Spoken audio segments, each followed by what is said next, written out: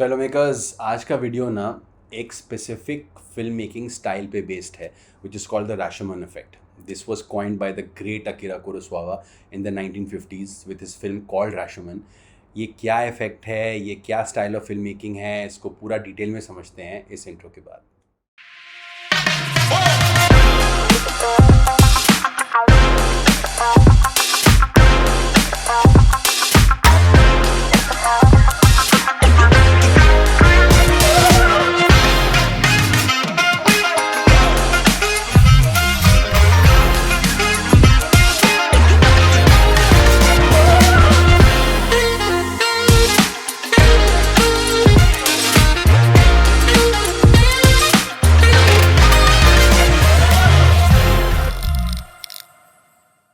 So guys, Akira Kurosawa in the 1950s made this amazing film called Rashomon. और इसको adopt किया है multiple film makers ने all around the world, on films like vantage point, gone girl, even तलवार, and बहुत सारे south films भी इस स्टोरी टेलिंग टेक्निक को अडॉप्ट करके अपनी नैरेटिव स्ट्रक्चर करती है. तो क्या है एग्जैक्टली ये, राइट? तो जैसे कि हम नोटिस करते हैं कि जैसे कि हम गॉन गर्ल या तलवार की बात करें तो क्या होता है एसेंशली, राइट? एक इंसिडेंट होता है, एक मर्डर होता है और तीन चार जो सीन ऑफ द क्राइम पे लोग प्रेजेंट हैं, जो तीन चार लोग इन्वॉल्व हैं, उन सब से इन्वेस्टिगेशन होती है, उन सब से उनका पॉइंट ऑफ व्यू पूछा जाता है. और बहुत ही इंटरेस्टिंगली सबका पॉइंट ऑफ व्यू ना एग्जैक्टली 100% नहीं होता है. ऐसा क्यों होता है? आप कभी भी देखेंगे एक नॉर्मल इंस्टेंस पे भी अगर कुछ हादसा हो जाए और आप 5 लोग मौजूद से पूछो एग्जैक्टली क्या हुआ, you will be shock to know कि सब लोग ना अपने अपने वर्जन्स बताते हैं, क्योंकि the human mind ना is a very complex thing. We as humans are very complex beings. हम सब के ना बड़े सारे biases हैं, complexities हैं, बहुत सारी ऐसी चीज़ें हैं that form our way of thinking, और हम उस हिसाब से दुनिया को देखते हैं और उसके वजह से सारे जो पॉइंट ऑफ व्यूज़ हैं वो अलग अलग होते हैं, और इसकी वजह से ट्रूथ को खोजना बहुत ही मुश्किल हो जाता है, बहुत ही कॉन्वोल्यूटेड हो जाता है.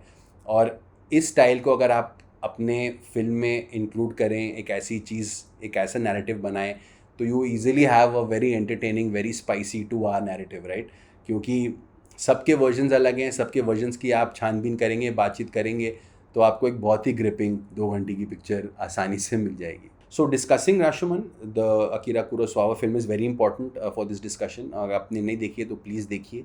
तो बेसिकली ये एक इंसिडेंट पे बेस्ड है जहाँ एक समुराई का दीन दिहाड़े कत्ल हो जाता है. He is with his wife and there is this bandit, okay, जो उसका खून कर देता है, and he rapes his wife and all of that.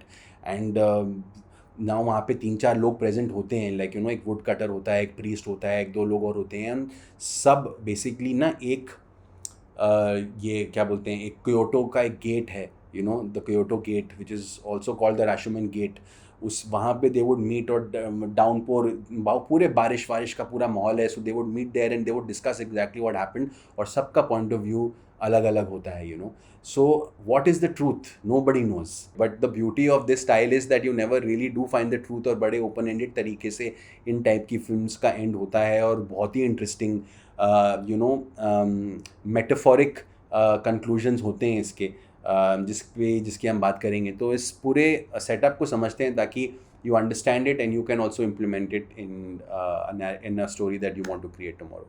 तो इसको 5 स्टेप्स में ब्रेक डाउन करते हैं. पहला obviously is the initial event. एक ऐसा इवेंट होगा राशोमन के केस में होता है that the samurai gets murdered by the bandit, right? And then the investigation starts, right? तो एक initial event, एक setup event ज़रूरी है जिसको आप आगे जाके इन्वेस्टिगेट करेंगे. फिर नेक्स्ट स्टेप आता है कॉन्फ्लिक्टिंग इन्वेस्टिगेशंस.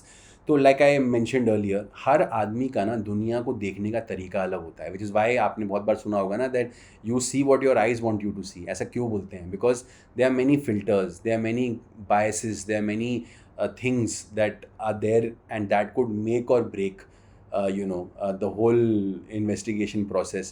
तो पर उसका कुछ नहीं किया जा सकता, क्योंकि that is who we are as human beings.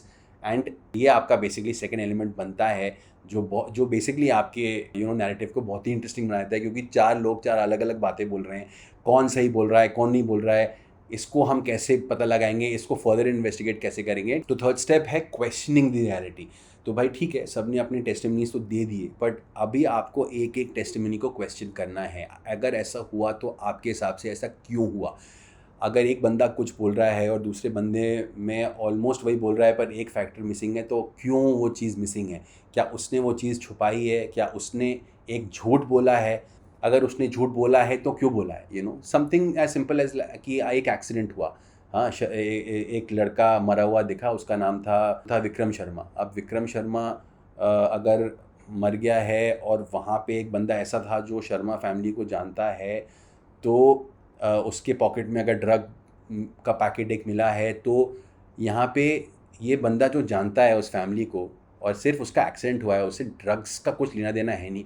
उसे पता है यहाँ के लॉज और यहाँ के तरीके से काम ऐसे होता है कि किसी ने अगर ये पॉइंट आउट कर दिया कि हाँ वाकई वो ड्रग का पैकेट मिला है और वो पेडलर है या जो भी है, तो सब लोग अब ये ड्रग माफिया में घुस जाएंगे और कोई ये नहीं देखेगा कि जिसने मारा है और भाग गया है उसका भी कुछ होना है कि नहीं होना है। तो वो जानबूझ के इस बात को हाईलाइट ही नहीं करेगा। So that is why the story telling becomes very interesting, and that is why it is adapted by so many filmmakers, क्योंकि ह्यूमन बींग्स बड़े कॉम्प्लेक्स होते हैं और उनको डाइसेक्ट करना, उनको इन्वेस्टिगेट करना ही अपने आप में एक बहुत बड़ा रेसिपी है for a great pot boiler. और फिर अगला स्टेप आता है एक्सप्लोरेशन ऑफ थीम्स। तो बेसिकली आपने एक बार क्वेश्चन किया, राइट, कि सबके वर्जन्स अगर ऐसे थे तो क्यों थे। अब आप बेसिकली इन क्वेश्चंस को, इन आंसर्स को आप बेसिकली अब आप एक्सप्लोर करते हैं। जैसे तलवार का ही एग्जांपल अगर हम लें, तो आप देखिए वो कैसे इन थीम्स पे डीप डाइव करते हैं। थीम्स मतलब the subjective nature of truth, right, जो सबने अपने अपने टेस्टिमनीज में दिया है। तो आपका सच किसी और के सच से अलग हो सकता है, right, that is what we learn first hand. फिर आता है the impact of media sensationalism. इसका हम पे और हमारे जजमेंट्स पे बहुत प्रभाव पड़ता है। We've seen it growing up also, what the news and how the news can change the way you think. फिर आता है जुडिशियल सिस्टम की कॉम्प्लेक्सिटीज। आपके पास सबूत के तौर पे रिकॉर्डिंग में 100 चीज़ें हों, पर कोर्ट में वो वैलिड नहीं होता, right. Audio recordings are not valid, तो फिर आप क्या ढूंढेंगे? तो इसके आगे आखिर में आता है of course the fallibility of human judgement, which basically is the core juice of everything that we've been talking about. कई बार हम चीज़ें मिसजज भी करते हैं, जो फिर से एक नई दिशा में हमें घुमा देता है। तो इस सब के चलते आप देखते हैं कि तलवार एक क्राइम ड्रामा से बढ़ के एक थॉट प्रोवोकिंग कॉमेंट्री बन जाती है on the complexities of human nature and society. आप एक बहुत इंटरेस्टिंग कल एक फिल्म बना सकते हैं राशोमान इफेक्ट को यूज़ करके, जहाँ एक इंटरेस्टिंग इंसिडेंट होता है, अलग अलग लोग मौजूद होते हैं, सबके अपने अपने ओपिनियंस होते हैं और ओपिनियंस वैलिड होते हैं। ये वैलिड क्यों होते हैं और इवेंचुअली उस इंसिडेंट का क्या आउटकम इवेंचुअली निकल के आता है, all that can form for a great 2 hour movie and could even form for a great 10-part web series, could be anything depending आप कितना deep उसमें घुसते हैं। So I hope you enjoyed this whole discussion on the Rashomon effect. I mean, काफ़ी interesting story telling style है। ऐसे ही बड़े सारे स्टोरी टेलिंग स्टाइल्स हैं जो एग्जिस्ट करते हैं, and we'll touch upon more of them in the videos to come. कोई स्पेसिफिक स्टाइल अगर ऐसी है जो आपको जिसके बारे में जानना है, तो प्लीज़ हमें कमेंट्स में लिखिए। I would love to make a video on that. Keep taking these little steps to making it happen, and I want to see you on the next one.